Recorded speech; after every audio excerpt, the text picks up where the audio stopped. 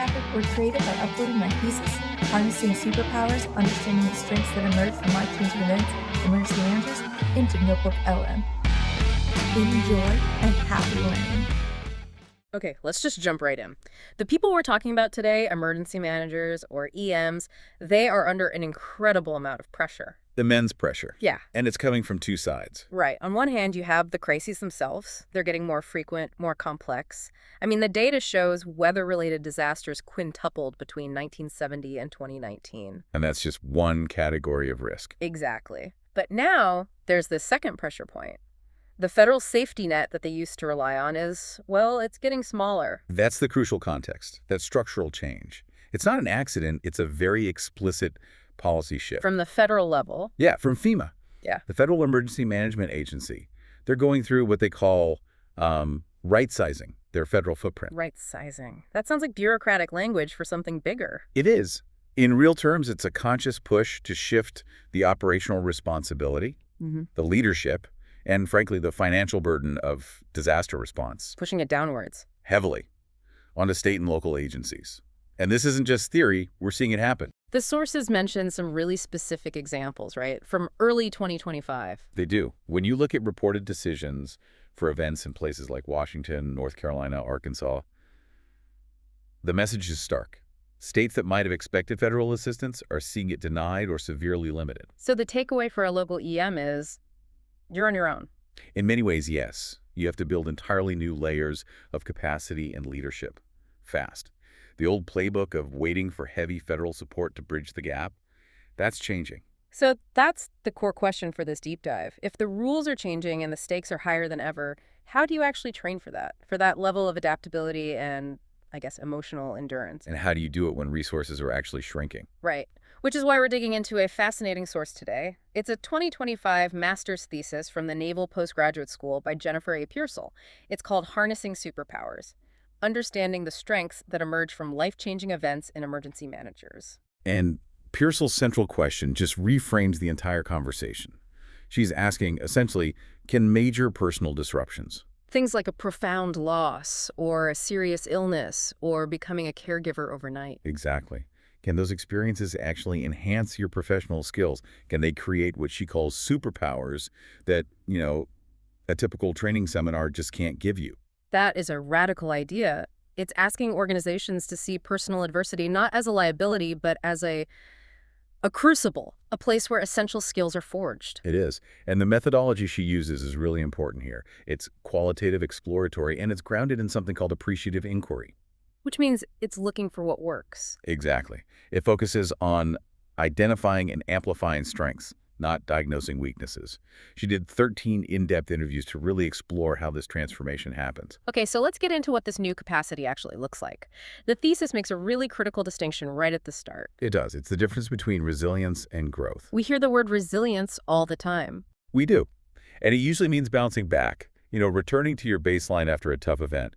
You survive, you stabilize. But this isn't about that. No. This research is focused squarely on growth beyond baseline. Post-traumatic growth. It's not just recovery, it's an evolution. You become more capable than you were before. And these aren't just like vague soft skills. Not at all.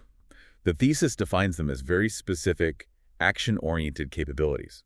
They're forged in personal adversity, but then they are actively applied under pressure in the field.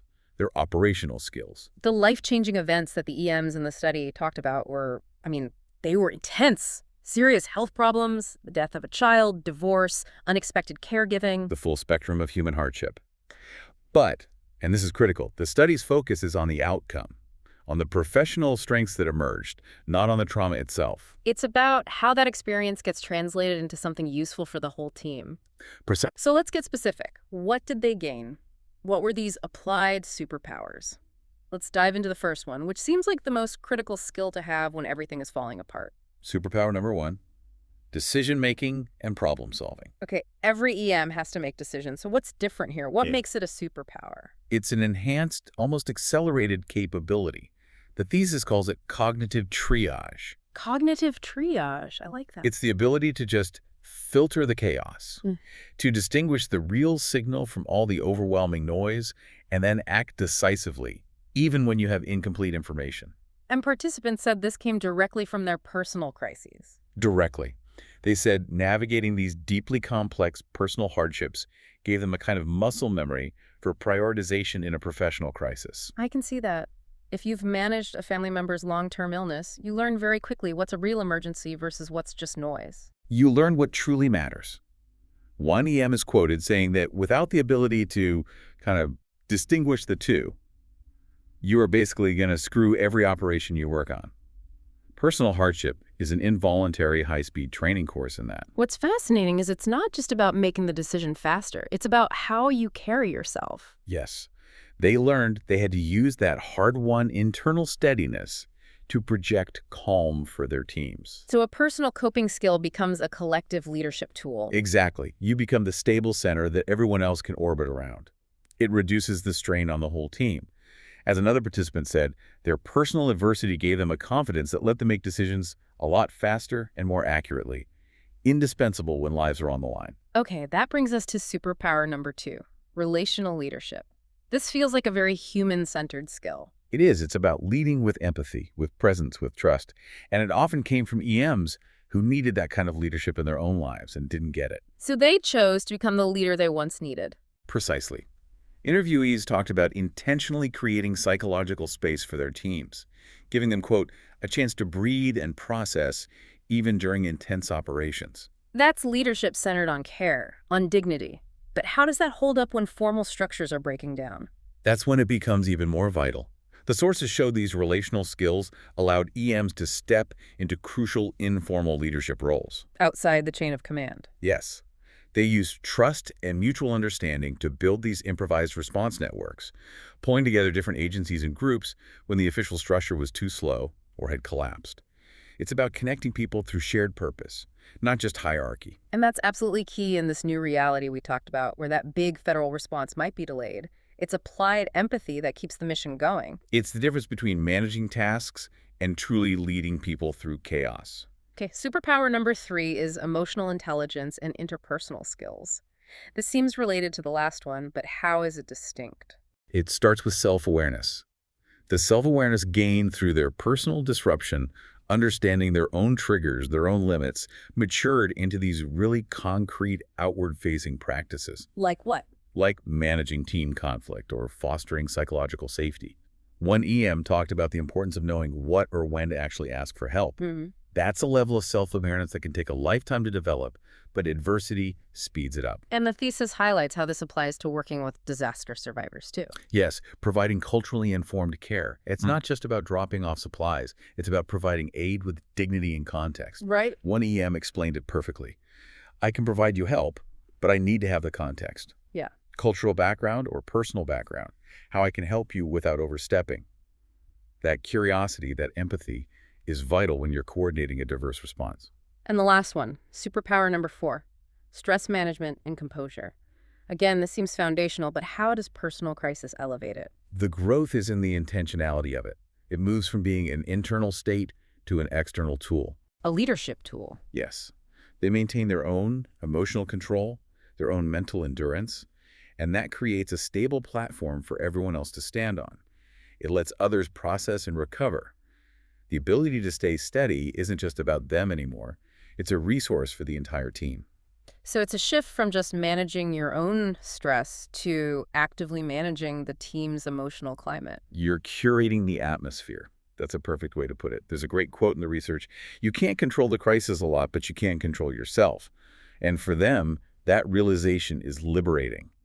By controlling their own response, they can shape the entire psychological environment of an operation. Okay, so it's clear these superpowers are incredibly valuable, but they don't just magically appear. It sounds like there's a specific recipe for growth. What are the conditions that allow disruption to become a strength instead of just a breakdown? That's the next section. The thesis identified 4 key growth drivers. These are the foundational ingredients, confirmed by the literature, that are necessary for post-traumatic growth to occur. Let's walk through them. What's driver number 1? Driver 1, support and relationships. And the key here is the quality of that support. It's not just any support. No. It has to be quality, sustained, and aligned with what the individual actually needs. A one-off phone call to a generic helpline isn't going to cut it.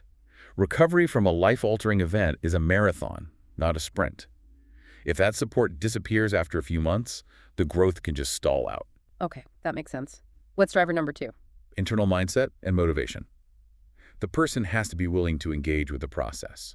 You have to want to find the lesson in the hardship. Absolutely. That personal determination, that hope, that ability to reframe the event, it's crucial. But the sources are quick to point out that this mindset is actually very fragile. It needs to be reinforced. Actively reinforced. You can't just tell someone to be positive and walk away. It needs consistent external support to last. Driver number 3, ownership and choice. This feels like it's about autonomy. It's vital. The person has to have a sense of control over their own recovery. They need the autonomy to make decisions about their timeline, their coping strategies. So one-size-fits-all solutions don't work. They actively undermine the process. Even if they're well-intentioned, forced or standardized solutions take away that sense of agency. And that's the very thing they need to build on. You have to respect the survivor as the expert in their own recovery. And then there's the last one, which isn't a driver, but an inhibitor. The one thing that works against all of this. Exactly. Stigma and social perceptions. In the EM field, I imagine that's the whole mission before self culture. That's a huge part of it. That pressure to always be strong, to never show vulnerability. The sources suggest this culture just blocks the psychological space needed to reflect and grow. It encourages suppression, not processing. And that prevents the experience from ever being translated into a strength. Okay, so this research makes a really compelling case. These field-tested skills, these superpowers, are essential, especially now. So if we know they're earned through adversity, how should the profession adapt to actually cultivate this talent instead of crushing it with stigma? Purcell gives 3 really powerful practical recommendations. 3 ways to operationalize these findings. Let's hear them. What's the first one? The first is about rethinking support systems from the ground up. The recommendation is to institutionalize peer-based growth support. So move past the standard corporate EAP programs. Way past them. Those are often impersonal, reactive, and time-limited. This is about building sustained, internal, relational structures. Think mentoring circles, coaching groups, built on shared experience and mutual respect. Where the person supporting you has actually been there. Yes. It prioritizes that long-term connection over a short-term clinical intervention. Okay, that's a big shift. What's the second recommendation? It's about recognizing that every recovery is unique. So number 2 is to empower autonomy in post-disruption pathways. Meaning no more rigid, one-size-fits-all return-to-work policies. Exactly. Agencies need to co-design an individualized plan with the employee. That honors that survivor as expert principle. Right. It respects the EM's own knowledge of what they need, whether that's a gradual return or more time or a different kind of role for a while. That feels like a major cultural challenge for big bureaucracies, giving up that standardized control. It is. But the payoff is a healthier, more capable leader. And the third recommendation is a strategic one for the entire field. Okay. Launch a national longitudinal study on post-disruption growth. A long-term study. Why is that so important? Because we need the data. We need to track EMs across all sectors over time, say at 1 month, 6 months, a year, 5 years, post-event. The goal is to systematically understand how this disruption actually shapes their leadership, their decision-making, and crucially, their retention in the field. That kind of evidence would be invaluable for workforce planning, especially with all the pressure pushing down to the local level. It would finally allow the profession to validate and properly support this entire arc of growth. At the end of the day, the core finding is this. Lived experience, when it's properly supported, is a deep, untapped reservoir of leadership capacity. The EMs in this study didn't just survive, they evolved. They became the decisive, compassionate leaders that their jobs now demand. And here's where this all connects back to you, to your own professional life. The thesis confirms that this kind of adaptive, emotionally intelligent leadership, it's often earned through adversity, not just learned in a classroom. In this new era, those skills are the gold standard. So the question to think about is, how might you rethink the professional value of your own hardest-won personal experiences? We all have those moments that create a before and an after. Could some of the hardest things you've ever navigated, that time you had to practice cognitive triage in your own life, or learn to control your composure under pressure, or develop that deep empathy, could that experience have actually forged a superpower? One that you might not even be acknowledging or actively using in your professional world? Something to consider as you think about the true source of your own greatest strengths.